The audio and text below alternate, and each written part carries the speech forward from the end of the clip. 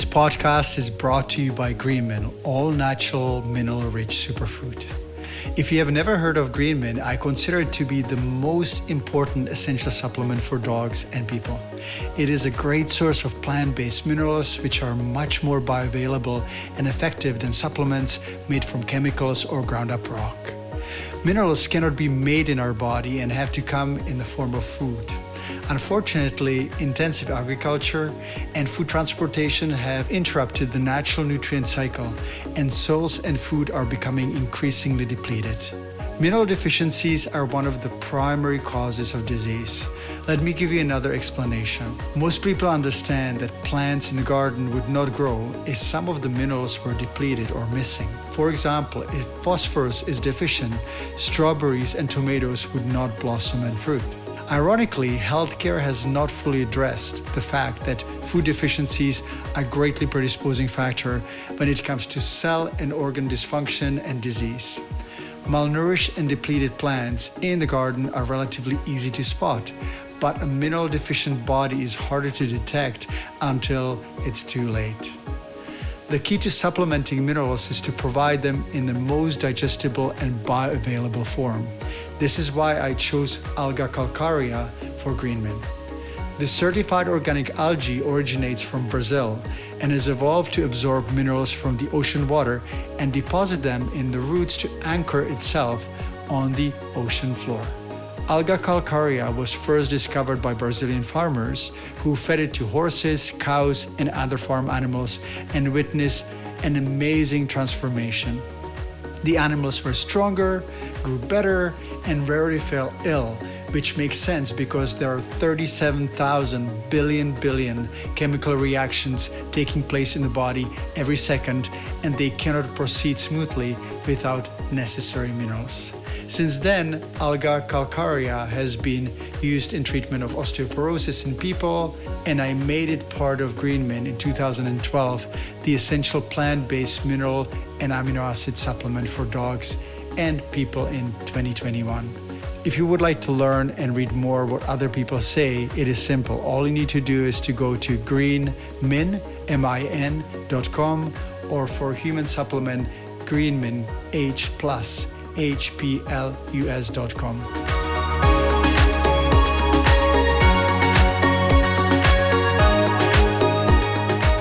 Hello, my dog lovers and other folks. I'm Dr. Peter Tobias, and you're listening to Not Just About Dogs.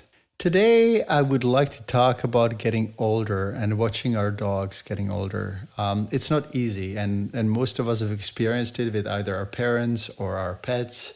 And today, I'd like to talk to you not only about how to deal with aging, but also how I perceive it and how my dog Sky, the first dog that I adopted as an adult person, helped me to deal with aging and aging process. Swimming is my lifeline. Wherever I go, I am compelled to find a lake or a swimming beach or a pool. And about a month ago, I happened to arrive at the public pool in Vancouver, and I didn't realize that the pool was reserved for a senior aquafit class. I wasn't able to use the pool, so I hopped in the whirlpool where I was able to observe the aquafit class from a distance. And as I watched the lovely but rather immobile seniors shuffle around in the water, I wondered if one day I will have to switch from the crawl and butterfly stroke to doing a water shuffle and using a walker. I also thought of my first dog, Sky, who despite having a great 16 years of life, eventually ended up with an old, injury-prone body that lost its ability to repair and heal. Of course, aging and dying is a natural part of life, but I don't believe that the last 10 to 20% of life needs to be tainted by pain, depression, and immobility. So the question that we can ask is, aging a process or disease?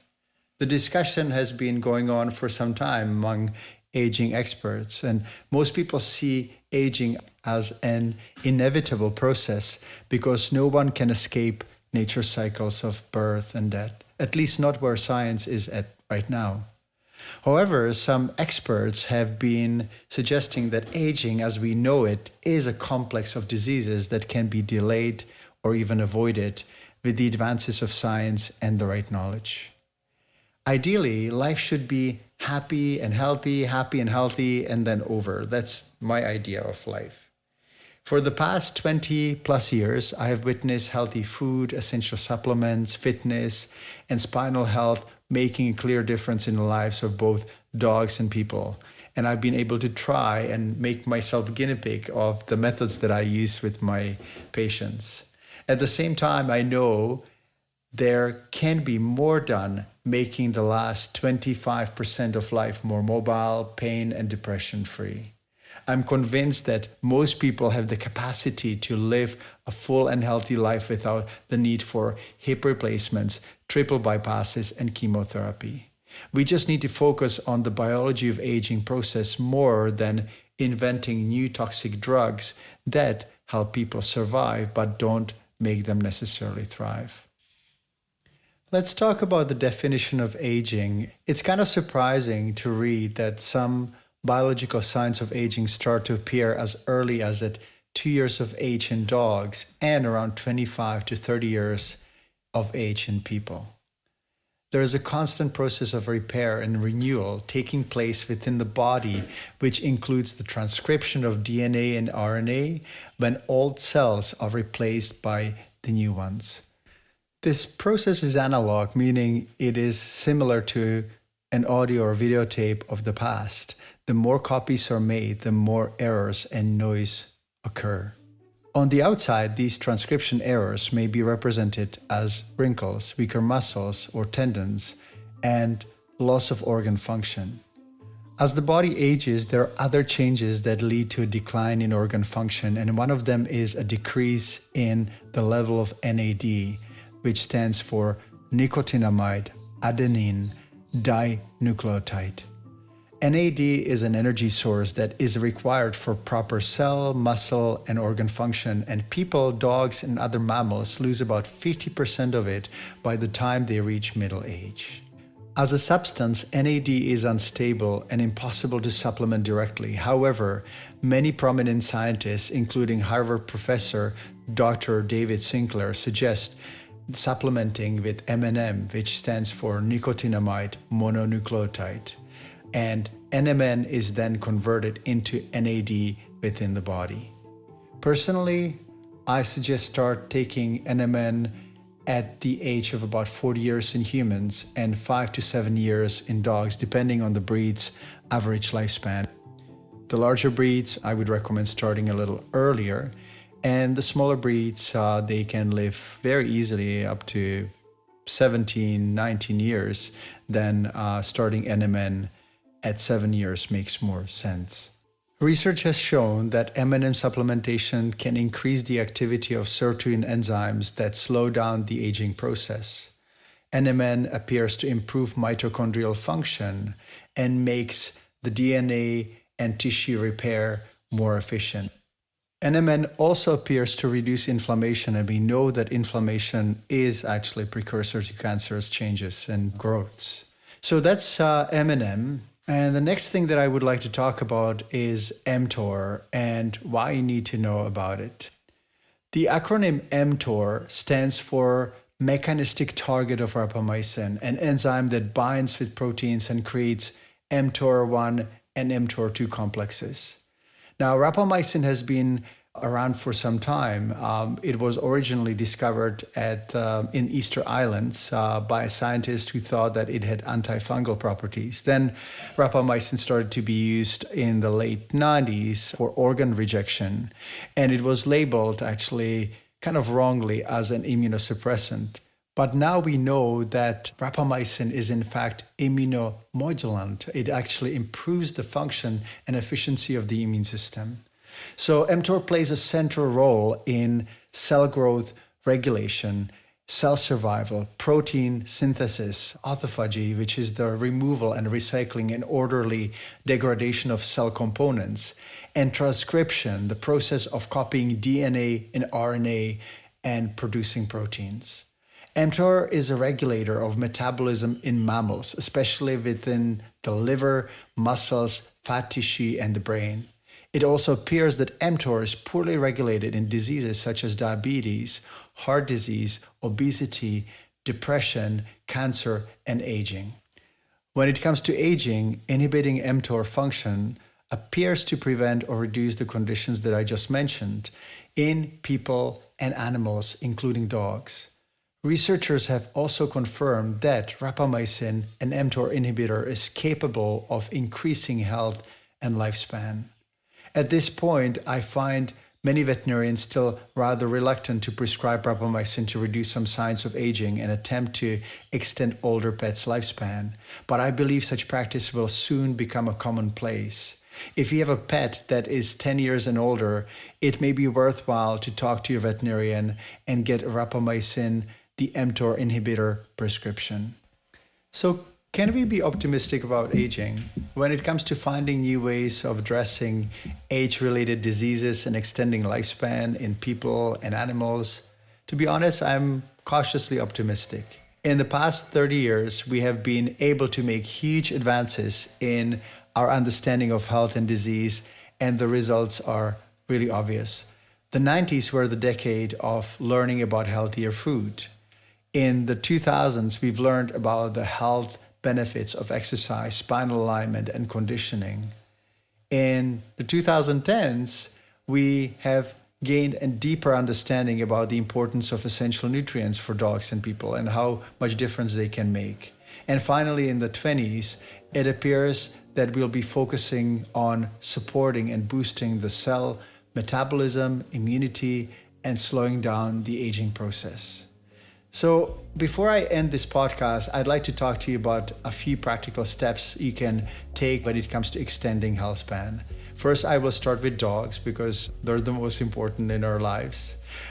Feed natural raw diet. I've been feeding raw diet for more than 20 years and I've seen the benefits. So you can easily add 20% of lifespan to your dog's life. Avoid processed food, that's part of it. Add essential supplements to correct deficiencies that are inevitable in the age of overusing and abusing soils and depletion. Detox your dog at least once every 6 months. Ensure proper spinal health and alignment. Allow your dogs exercise daily and give them enough freedom to play and interact with other dogs and people to ensure good mental health. Consider supplementing your dog's diet with NMN, nicotinamide mononucleotide, at the age of 5 to 7 years of age. And ask your veterinarian about mTOR inhibitors such as rapamycin in animals who show signs of age-related disease starting around the age of 10 years or maybe earlier. If you're looking for information about essential supplements and detox, you can go to my website at peterdobias.com, which is Peter, DOBIAS.com, and look for essential supplements and detox. You can also look up our Healthy Dog Tool, which will give you an ability to customize your dog supplement plan. And you can also refer to a number of blogs and articles on aging and different conditions. You can also contact us through the website at peterdobias.com. So now when I've given you a few health span extending tips for dogs, it's time to discuss us humans. I believe that when it comes to diet, eating predominantly plant-based diet with an emphasis on whole vegetables, whole grains, legumes, whole fruits, not juices, fermented foods, and diet high in fiber, we are able to prevent or reduce the incidence of some of the most common age-related diseases. I really like the book of Dr. Michael Greger called How Not to Diet, which is, in my opinion, one of the most comprehensive science-based reads on the topic. There's also an audiobook if you prefer listening. The following few points are important, but you have to decide whether you will go along with them or not. I like to be aware of what foods are toxic. I very rarely eat fish, if any, and I don't use any fish oil because it is a very common source of mercury. I have done thousands and thousands of hair tests in dogs and know that dogs on fish-based food and those who get fish oils have higher levels of mercury, and some of them have actually serious health problems, starting with autoimmune disease to seizures. I also try to avoid rice grown in Asia because it is highly polluted with arsenic. Again, we discovered that by doing hair testing in dogs that are on rice-based diet. Now, I do my best to avoid foods with high levels of pesticides and eat organic food whenever possible. Ideally, we should minimize alcohol, soft drinks, sugar, starchy, fried, and processed food. A moderate amount of healthy exercise is the best. Too much or too little can both be damaging. I know some people who really pride themselves to be top level athletes, but they're really inflamed and in pain and cause long-term damage. So it's super important to be active and ideally every day, but not taking extreme measures when it comes to exercise. I am a strong believer in moderation when it comes to healthy activity. Now, the next part is yoga, stretching and strengthening that should be in balance. Being too flexible can be harmful. Being too strong can be also harmful. Of course, it is super important to spend our time with friends and family. It has been difficult during the COVID times, but our species has evolved to be social, and it is super important for our health. Now, set apart times for hobbies, holidays, and time off. I know it's tempting to work all the time, especially for those of us who work at home. But if we don't take time off, it actually is not good for our work and also our physical and emotional health. Choose ideally a job that you enjoy and love. Just last week, I released a very short podcast on how we should be listening to our dogs when it comes to choosing the life path. And if you are interested, you can still find it on my podcast channel. Add high quality essentials, ideally fermented in whole food, because regular vitamins are often chemical based and they are not absorbed and processed by the body the same way as fermented whole food based supplements. Consider taking NMN if you are 35 years and older, and do more reading about aging and anti-aging science. I recommend following the podcast of Dr. Peter Attia. Read Dr. Michael Greger's book. Dr. David Sinclair is also a very interesting source. And just learn and see what feels right. And the most important part is to never stop learning.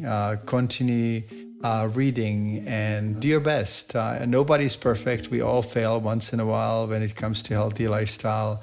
But it is all about consistency and continuous learning. Thank you so much for listening today. And if you have not subscribed to my newsletter, you can join our community at petertobias.com. I usually send a short email once a week to give you an update on how to keep your dog and yourself healthy for many years to come. Oh, one more thing. If you have any questions, you can always go to my website. There's tons of articles and blogs on different topics. It gives me an incredible pleasure to help you keep your dogs healthy and also hear how well they're doing after you apply some of the treatment protocols.